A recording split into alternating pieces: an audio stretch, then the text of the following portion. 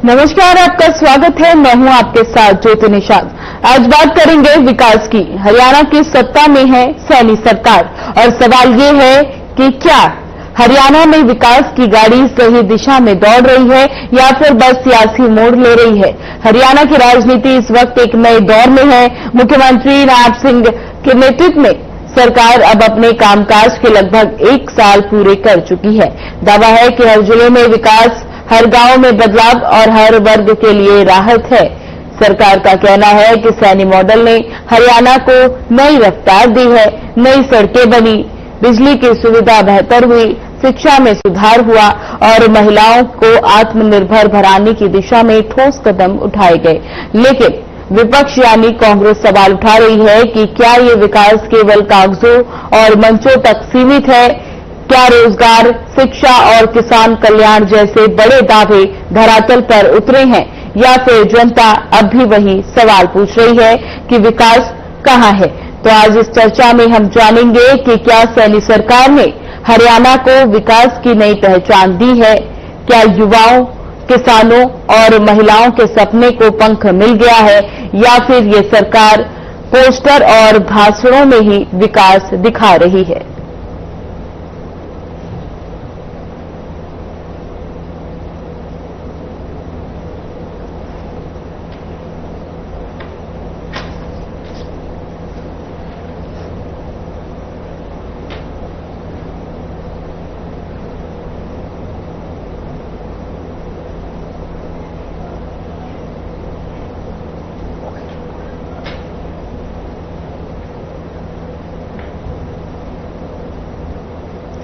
तो चर्चा में हमारे साथ हमारे मेहमान भी जुड़ चुके हैं। बजरंग गर्ग कांग्रेस से प्रवक्ता हमारे साथ जुड़ चुके हैं और बीजेपी से प्रवक्ता रामराजी शर्मा हमारे साथ जुड़ चुके हैं। रामराजी जी, आपका बहुत बहुत स्वागत और बजरंग गर्ग आपका भी बहुत बहुत स्वागत। तो मेरा सवाल पहला रामराजी जी आपसे रहेगा कि सैनी सरकार में अब तक कितना विकास हो गया है हरियाणा में, क्योंकि साल भर पूरा हो गया है सैनी सरकार को बने हुए हरियाणा में। तो अब तक कितना विकास बीजेपी द्वारा किया गया है हरियाणा में? मैं आपको बताना चाहूंगा, जिस तरह से केंद्र में तीसरी बार हमारी सरकार बनी जनता जनार्दन के आशीर्वाद से जी, और ऐसे प्रदेश में तीसरी बार हमारी सरकार बनी जनता के आशीर्वाद से। विश्व के सबसे लोकप्रिय और ताकतवर प्रधानमंत्री आदरणीय नरेंद्र मोदी जी प्रधानमंत्री बने। उनकी अगुवाई में हमारा देश बहुत आगे बढ़ रहा है। रक्षा के क्षेत्र में आत्मनिर्भर होने जा रहे हैं। आर्थिक दृष्टि से हम चौथे पायदान पर आ गए। बहुत जल्दी दूसरे तीसरे पायदान पर होंगे हम। एक भव्य ऐतिहासिक राम मंदिर का निर्माण अयोध्या में हुआ है। धारा 370 और 35 जम्मू कश्मीर से हटा गई है और वक्फ बोर्ड संशोधन बिल जो कानून बन गया है। अनेकों ऐसे ऐतिहासिक फैसले, अनेकों ऐसे ऐतिहासिक कार्य हुए जो हमने सपना में भी नहीं सोचे थे। विदेश में हमारा डंका बजा है। ऐसे ही हरियाणा के मुख्यमंत्री डॉक्टर नायब सिंह सैनी जी की अध्यक्षता में हमने चुनाव लड़ा। तीसरी बार हमारी सरकार बनी और डॉक्टर नायब सिंह सैनी दूसरी बार हमारे मुख्यमंत्री बने। उनकी अगुवाई में हमारा प्रदेश बहुत आगे बढ़ रहा है। समान विकास कार्य पूरे प्रदेश में हो रहे हैं और बुनियादी ढांचा हमारा मजबूत हुआ है। रोडों का जाल बिछ गया है। इंडस्ट्रियल ग्रोथ हुई है। प्रति व्यक्ति आय हमारी बढ़ी है। और जी, अब बजरंग जी आपके पास आना चाहूंगी कि जैसे कि बीजेपी लगातार ये दावा कर रही है कि हमने विकास किया है। रामराजी जी भी इतने सारे विकास कार्य गिनवा रहे हैं। तो आपको क्या लगता है कि सही में हरियाणा में विकास की बयार बह रही है? बजरंग जी, जहां तक हरियाणा की विकास की बात है, हरियाणा में विकास नाम की कोई चीज नहीं। विकास हुआ है तो भारतीय जनता पार्टी के नेताओं का हुआ है। जनता का कोई किसी प्रकार का कोई काम नहीं। यहाँ तक कि आप देखोगे, यहाँ शहर है कि गांव है, बरसाती नाले तक बंद पड़े हैं और सीवर लाइनें बंद पड़ी है। थोड़ी सी बारिश के अंदर पूरा शहर जलमग्न हो गया। हम 5 फुट पानी सड़कों पर, कॉलोनियों में, नए रोडों पर 5 फुट पानी, गांवों में पानी, ऐसी स्थिति आ रही है। ये कहते हैं कि हमारे विकास करें। ये 11 सालों में बरसाती नाले की सफाई नहीं करवा सके। बरसाती नाले नहीं खुलवा सके, सीवे नाले की सफाई तो कोई भी खुलवा नहीं सके। ऐसी स्थिति रही। एक विकास की बात कर रहे हैं कि दूसरी बात, स्कूलों में आप हालात देखो, मास्टर नहीं है और हॉस्पिटलों में डॉक्टर नहीं है।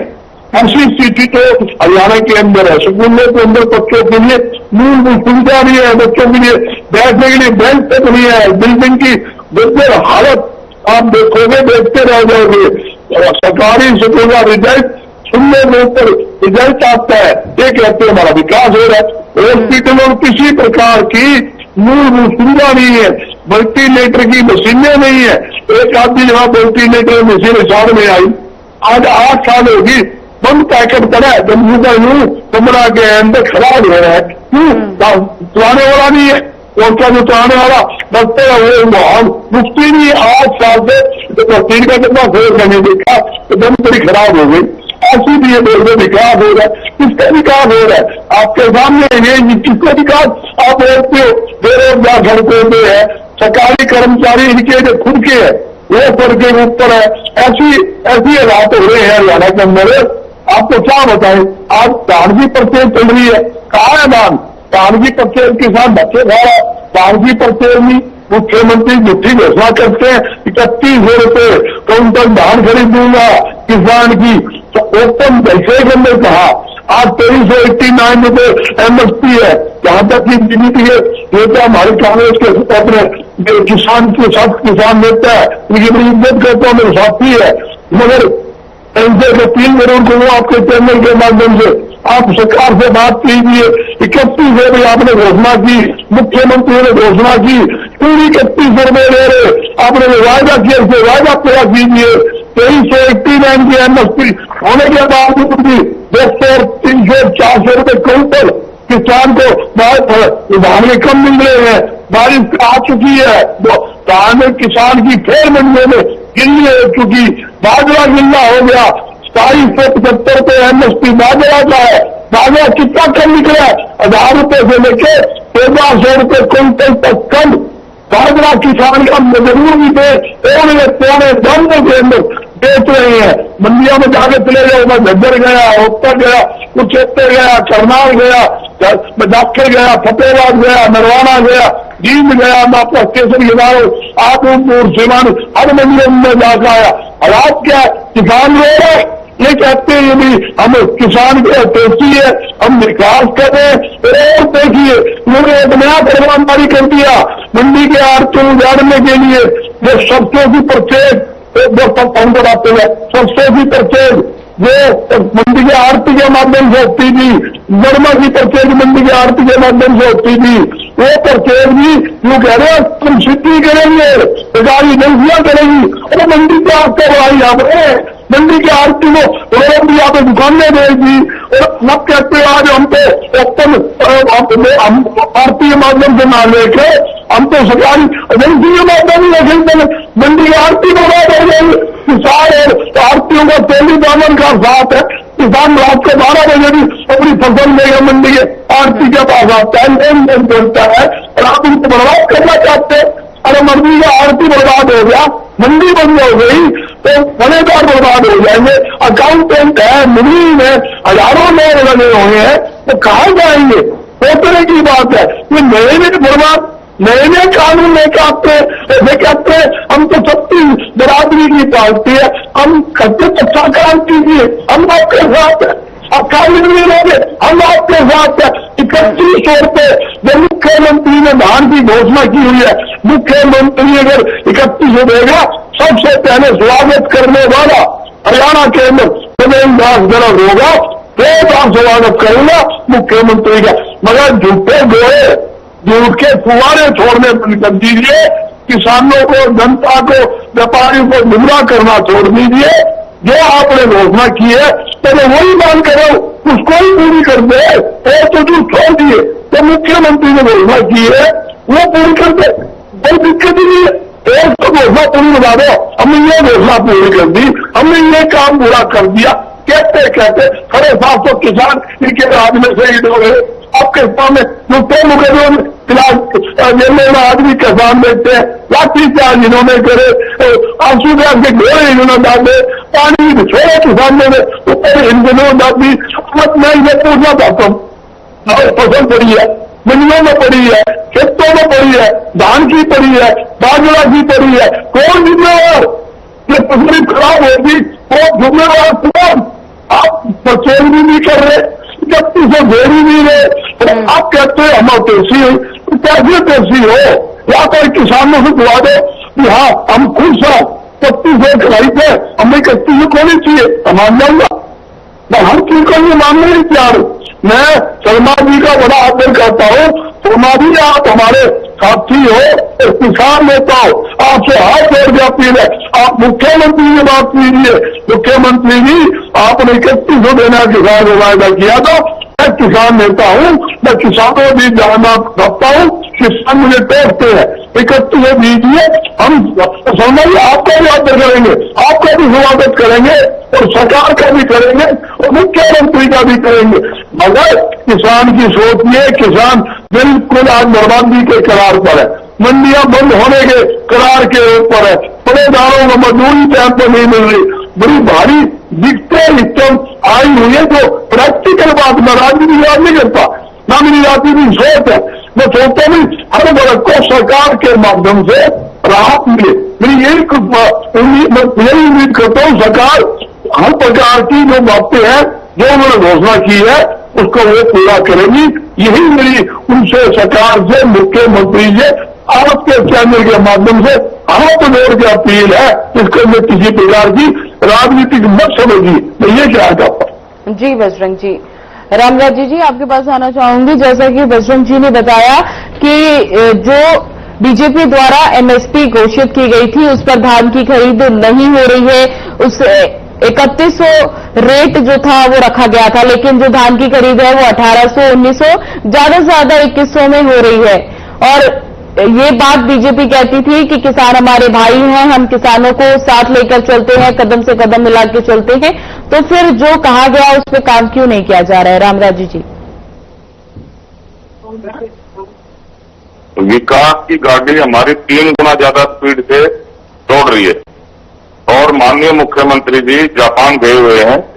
10 IMT हरियाणा में और बनाई जा रही है और उद्योगपतियों को निमंत्रण देने के लिए कि आप आइए और हरियाणा में उद्योग लगाइए और उससे इंडस्ट्रियल ग्रोथ होगा, हमारे बेरोजगार भाइयों को रोजगार मिलेगा, हमारे व्यापारी भाइयों को व्यापार मिलेगा और हमारा बुनियादी ढांचा और मजबूत होगा और हमारा विकास होगा और ज्यादा। और जिस तरह से माननीय मुख्यमंत्री जी ने HCS अधिकारी की, एक HCS अधिकारी की सुपरविजन में एक मंडी का HCS अधिकारी अपॉइंट किया गया है, उसकी सुपरविजन में, ताकि किसान भाइयों को और व्यापारियों को कोई असुविधा ना हो। HCS अधिकारी उसकी देखरेख करेगा और किसान की उपज का जो बिक्री का पैसा है 48 घंटे से 72 घंटे के भीतर उसके खाते में पैसा आ जाएगा। आज किसान हमारा खुश है और धान हम MSP पर खरीद रहे हैं। और दूसरा, जिस तरह से माननीय मुख्यमंत्री जी ने किसान हितैषी फैसले लिए हैं किसानों की सुविधा के लिए, और हर एक डिस्ट्रिक्ट लेवल पे एक लैब भी लगा दी गई है। कोई नकली खाद, बीज, दवाइयां ये नहीं बेच पाएगा, अगर बेचेगा तो उसको कड़ी से कड़ी सजा दी जाएगी। क्यों पहले कांग्रेस के टाइम में जो होता था, उससे किसान की सारी सीजन की फसल खराब हो जाती थी और किसान की पीड़ा को बेहतर समझ सकता है जो किसान का बेटा हो, मजदूर का बेटा हो या जिसने किसानी करी हो। हमारे मुख्यमंत्री जी किसान के बेटे भी हैं और उन्होंने खुद भी किसानी करी है, उन्होंने धान लगाया भी है, धान काटा भी है और उन्होंने पानी भी दिया है खत्ती लेके, उन्होंने किसानी खुद करी है। तो इसलिए उनसे बढ़िया किसान की पीड़ा कोई नहीं समझता है। और जिस तरह से हमारा बुनियादी ढांचा हरियाणा मजबूत हुआ है, हमारे मातृशक्ति के लिए जो हमने किया किसी ने नहीं किया। अभी लाडो लक्ष्मी योजना की शुरुआत हो चुकी है हरियाणा में और इससे पहले ड्रोन दीदी योजना हम लेकर आए हमारी बहनों के लिए, हमारी मातृशक्ति के लिए, और बीमा सखी योजना हम लेके आए मुस्लिम बहनों के लिए। कष्टदायक था 3 तलाक, वो हमने खत्म किया 33% आरक्षण हमारी बहनों के लिए हमने दिया। और आज आप किसी बहन से पूछ लेना, हर एक बहन हमारी तारीफ करती है कि भाई ये नायब भाई है हमारा, ये हमारा जो हमारा मुख्यमंत्री हमारा नायब भाई, ये हमारी कोटली लेगा था और ये 2100 रुपये देना कुछ होगा। हमने भाई के ऊपर पूरा विश्वास है। हम रानी लक्ष्मीबाई की तरह, झांसी की रानी की तरह अपने भाई के साथ खड़ी है। और चौधरी भजनलाल जी 13.5 साल तक की मिनिस्टर सबसे लंबे समय तक हरियाणा में रहे थे। अपने भाई को हम 20-25 साल तक मुख्यमंत्री देखना चाह रहे हैं और किसी की हिम्मत नहीं को, किंतु परंतु हमारे भाई के बारे में बोले, हम रानी लक्ष्मीबाई की तरह अपने भाई के साथ खड़े हैं। और युवा शक्ति आज हमारे साथ है, क्योंकि युवाओं को सबसे ज्यादा रोजगार हमारी सरकार ने दिया, वो भी बिना खर्ची बिना प्रति के। उस टाइम में मनोहर लाल जी मुख्यमंत्री होते थे हमारे, अब केंद्रीय मंत्री हैं, तो उन्होंने सबसे पहले ये कड़ा फैसला लिया। पहले भर्तियां परिवारवाद, क्षेत्रवाद, भाई भतीजावाद, जातिवाद के आधार पर होती थी। उन्होंने कहा भाई मैं इस वाद को खत्म करूंगा और उन्होंने मेरिट के आधार पर बिना खर्ची बिना प्रति के नौकरियां देनी शुरू करी। और उन्होंने कहा कि पूरा हरियाणा मेरा परिवार है, पूरे हरियाणा के बच्चे मेरे परिवार के बच्चे हैं। और उसका फॉलोअप आदरणीय हमारे मुख्यमंत्री डॉक्टर नायब सिंह सैनी जी कर रहे हैं। आज जिसकी 3 पीढ़ी खाली दिल्ली को चपरासी नहीं लगा था, किसान का बेटा, मजदूर का बेटा, गरीब का बेटा, अब बिना खर्ची बिना प्रति के क्लास 1 अवसर लग रहा है, ये हमारी सरकार लगा रही है। ये डॉक्टर नायब सिंह सैनी की सरकार लगा रही है। आज मजदूर भाई भी खुश है हमारे से, व्यापारी भाई भी खुश है, क्योंकि सारी बरादरियां खुश हैं। हमारे मुख्यमंत्री जी 24 घंटे जनता की सेवा में समर्पित रहते हैं और युवाओं के हृदय सम्राट है, जन जन के चेते हैं और सबकी बरादरी के बतिया है। आज हर वर्ग उनका सम्मान करता है और छोटी सरकार भी हमारी बनी। जैसे आप कहीं भी जाकर देख लेना, और उसका मापदंड होता है मुख्यमंत्री का, सरकार का मापदंड होता है जनता। आज जनता हमारे साथ है, जनता के आशीर्वाद से तीसरी बार केंद्र में हमारी सरकार बनी, जनता के आशीर्वाद से तीसरी बार हरियाणा में हमारी सरकार बनी, दूसरी बार हमारे मुख्यमंत्री डॉक्टर नायब सिंह सैनी जी दूसरी बार मुख्यमंत्री बने। और हमारे भाई बजरंग दास गर्ग जी सिरसा से आते हैं। सिरसा का एमएलए खुद कहता है ठेपिया, ये भाइयों में भगवान की सौगंध खा के कहता इतना बढ़िया मुख्यमंत्री था तो हरियाणा में आया है और ना होगा। तो इससे बड़ा और मापदंड क्या हो सकता है जब एक विपक्ष का एमएलए ये कहे, और वो भी भगवान की सौगंध खा के कहे, ये भाइयों में भगवान की सौगंध खा के कह रहा हूं, इतना बढ़िया मुख्यमंत्री नायब सिंह सैनी जी से था, ना तो हरियाणा में आया ना होगा। तो इससे साफ साफ जाहिर होता है तो हमारी सरकार बहुत अच्छा काम कर रही है और छत्ती बरादरी का आशीर्वाद हमारे मुख्यमंत्री जी के ऊपर है। और जिस तरह से इनके राष्ट्रीय महामंत्री हमारे मुख्यमंत्री जी के बारे में, जिस तरह से देवतुल्य जनता जनार्दन के बारे में उनके राष्ट्रीय महामंत्री कहते हैं, ये जनता जनार्दन के बारे में ये भाई बीजेपी का वोटर राक्षस है, राक्षस। मैं कुरुक्षेत्र की धरती पर खड़ा होकर शराब देता हूं बीजेपी का वोटर राक्षस है, राक्षस। हम कहते हैं तेरा शराब को दुर्वासा मनु का शराब है क्या भाई? आप शराब उसको दीजिए जिसने हरियाणा की राजनीति से आपको बाहर कर दिया। आपने राजस्थान में जाके राज्यसभा का चुनाव लड़ना पड़ा, ये जनता तो भगवान, आप भगवान मानते हैं। कल तक आपका वोट रहती है, आज हमारा वोट है। जो जनता की सेवा करेगा जनता उसको आशीर्वाद देगी।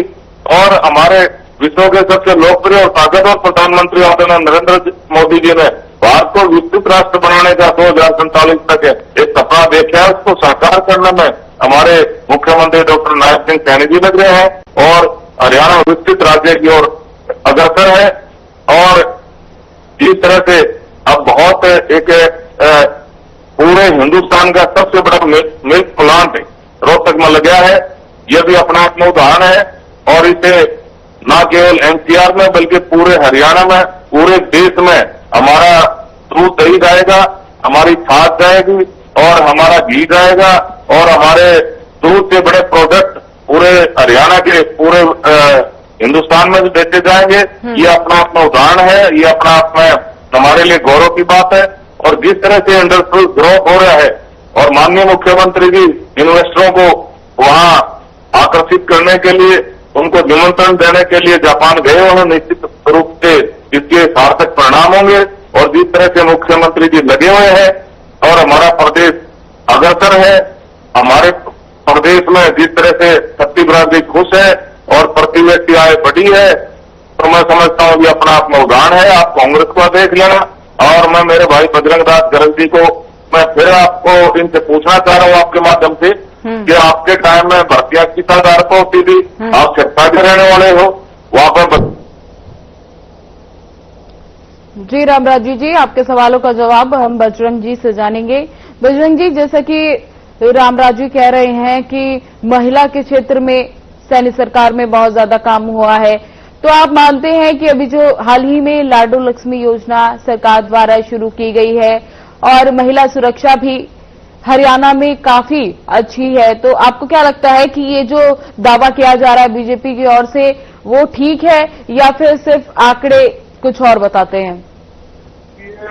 मैडम जी, भाजपा सरकार ने घोषणा की थी उद्योग के माध्यम से, प्राइवेट सेक्टर के माध्यम से 75% हरियाणा के युवाओं को रोजगार दिलाया जाएगा। और आज तक वो इनकी जो योजना थी वो लागू नहीं की गई। यहां तक कि आपको बताकर देना चाहता हूं, अनेक को राइस मिले, कपास मिले हरियाणा में बंद हो चुकी है, पलायन हो चुकी है। और हरियाणा से 80% दाल मिले, 80% बोल रहा हूं, दाल मिले बंद होकर मतलब यहां से पलायन कर चुकी है हरियाणा से। आप इनके कारण क्या हुआ कि छोटे छोटे रोग थे, ग्राम स्तर के ऊपर लगे हुए थे, जिसको हम लड्डू रोग बोलते थे। जहां आप नमकीन की फैक्ट्रियां थी, कुल्लर की थी, पंखा की थी, निवार की थी, तिलम की थी, बेकरी का सामान था, साबुन तेल बनते थे, वो सारी लगभग फैक्ट्रियां 80% से लगभग फैक्ट्रियां ग्राम स्तर पे बंद होगी।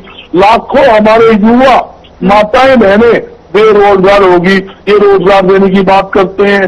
ये अब तक कि मेरे साथी ने कहा महिला बेरोजगार, इन्होंने घोषणा क्या की थी?